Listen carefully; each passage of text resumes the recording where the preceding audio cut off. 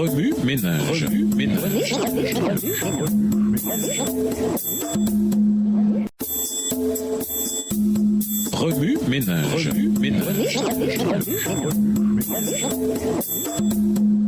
Bienvenue dans votre émission. Remue ménage. Nous voilà à la leçon de mardi. Chaîne brisée, porte ouverte. Lisons Galates 4, le verset 7. Galates 4, verset 7. Ainsi tu n'es plus esclave, mais fils, et si tu es fils, tu es aussi héritier, grâce à Dieu. Amandla Awetu.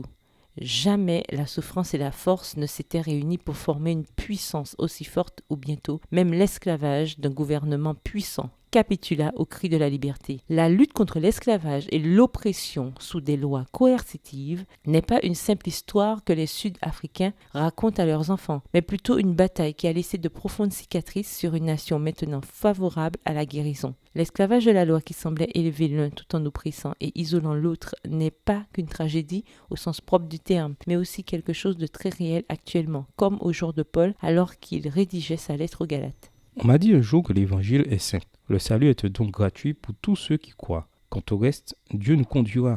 Bien qu'ayant grandi au sein de l'Église, il m'est encore difficile de comprendre une telle simplicité. Imaginez alors la difficulté à laquelle Paul faisait face en essayant d'expliquer le don de la liberté spirituelle et du salut par le Christ et non par les œuvres. L'humanité est liée par les chaînes de l'esclavage depuis le Jardin d'Éden. D'un bout à l'autre de l'Ancien Testament, on nous rappelle la souffrance et le chagrin que ces chaînes ont causé. Paul s'adressait aux Galates à une époque où les gentils, après avoir entendu l'Évangile, se joignaient à la communauté fraternelle composée de juifs convertis au christianisme. N'acceptant pas pleinement les membres de la famille nouvellement adoptés, certains de ces juifs commencèrent à leur imposer des règles et des normes. Faites-vous circoncire, observez les fêtes, faites ceci et cela. Dépassés, les gentils se sentirent à nouveau enchaînés, pas seulement au péché cette fois, mais aussi aux lois qu'on leur présentait comme seul moyen de salut et de paix avec Dieu. Ces lois ressemblaient aux lois imposées aux personnes de couleur en Afrique du Sud. Pour les Blancs, elles n'étaient pas une oppression, mais un moyen de garder ces personnes de couleur, ces non-méritants,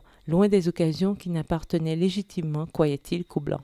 De même, les Juifs estimaient que le royaume était leur héritage légitime, tel qu'il avait été promis à Abraham. Pourquoi les gentils, ces païens qui ne méritaient rien et n'observaient pas leurs lois, auraient-ils eux aussi une place à la place du banquet? La réponse à cette question est le thème de la lettre de Paul aux Galates. Il partage l'espérance pour ceux qui sont enchaînés par le péché, mais aussi l'espérance pour ceux qui croient que pour plaire à un Dieu parfait, ils doivent observer parfaitement ses lois par leur propre force. Il s'agit là d'une perversion de l'Évangile, car nous ne pouvons rien faire de nous-mêmes. Mais par la foi en Christ, nous pouvons avoir la patience des saints et garder les commandements de Dieu. L'Épître aux Galates nous rappelle que la porte de la liberté spirituelle a été ouverte et que tous ceux qui croient peuvent entrer dans la famille de Dieu. Remue ménage. Lorsque nous nous évertuons à acheter notre place au ciel, quelle loi coercitive que nous nous imposons et imposons à nos semblables pourrait nous empêcher d'accepter la vérité pure et simple de l'Évangile? Au revoir. Et à demain si Dieu veut. Remue ménage. Remue